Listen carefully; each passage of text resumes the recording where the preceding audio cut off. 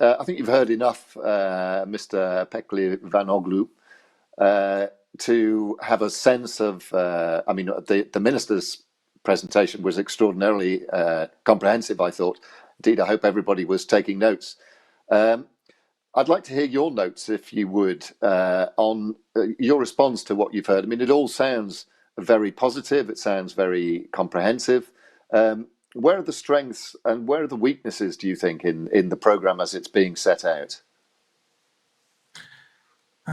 Thank you very much for first of all, for the invitation to speak at this extraordinary event, and thank you to the minister and everyone else who is contributing in this event. I think it's very productive. From my side, I would say that indeed I share the minister's opinion with respect to the chance and the opportunity that our country has right now, and I think that.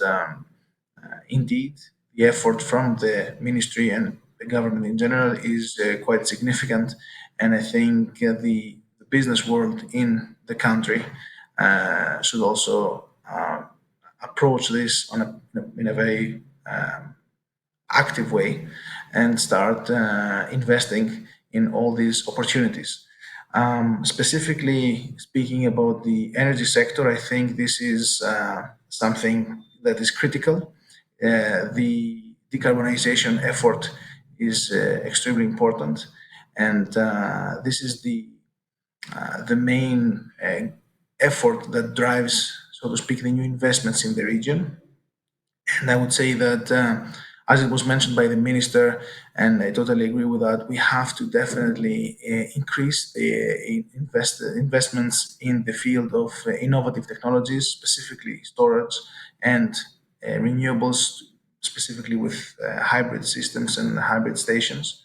So I would say, in a nutshell, that the most critical path, in my opinion, is the investment in energy, and in order to assure a safe and technically sound decarbonization phase.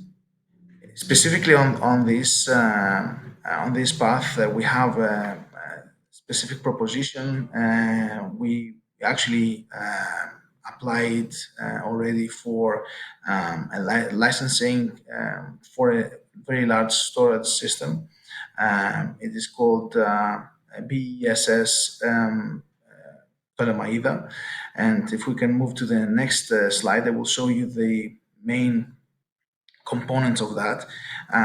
What is actually the key points of very large storage systems is the fact that when conventional lignite power plants go out of the grid, it is necessary to create a mechanism of stability for the grid, and modern storage systems, battery-based storage systems, are able to do that very well. It has been proven in various installations around the world. So first of all, we have to achieve grid stability. Secondly, we have to be able to allow for more renewable energy penetration in the system based on this buffer that the storage systems provide, and also to offer various ancillary services to the grid, playing not only a role in the technology side on the national grid in Greece, but also on the neighboring grids due to the interconnections.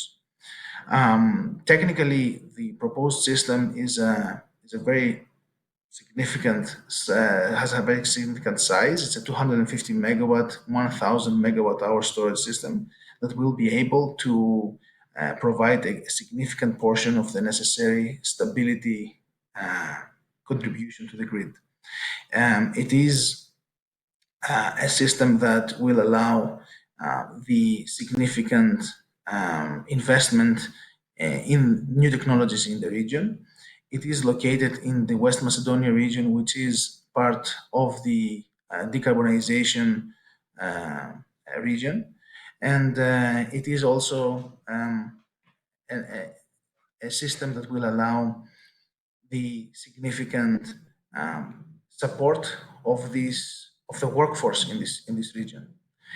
Um, Now, with respect to other possible investments in the region and other possible technologies, We can move to the next slide, and we can notice the fact that we have the possibility to use what the minister mentioned before as the Autonomo Execonomo project as a distributed storage system as well.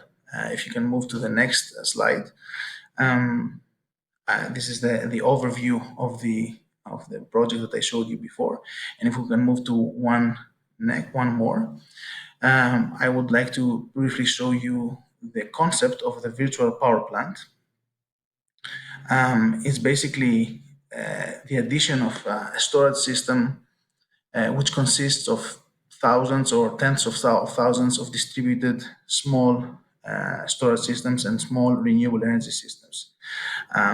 So such distributed power plants are available as a technology nowadays, and they are controlled by cloud-based Internet of Things platforms. So new technologies in the effort of integrating distributed energy systems in the grid. This is something that we have also developed, and we are implementing quite soon together with the central storage systems. If you can move to the next slide, I will show you the key points of this concept.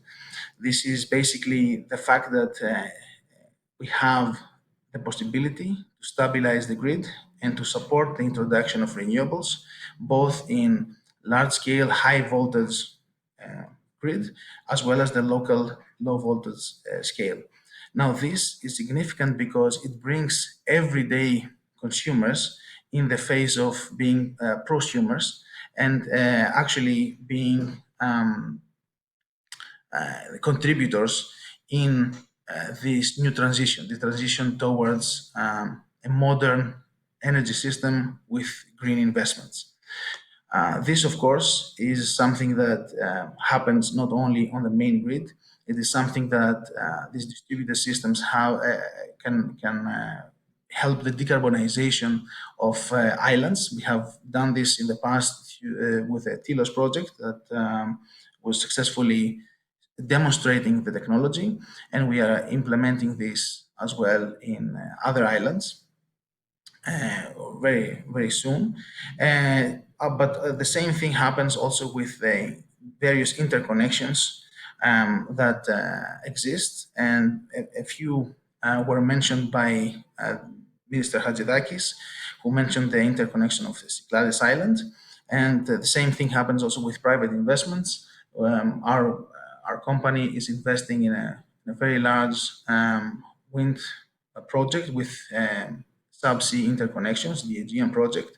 This project also interconnects different islands in the Dodecanese complex as well as Crete. And this also contributes in the general decarbonization of the grid.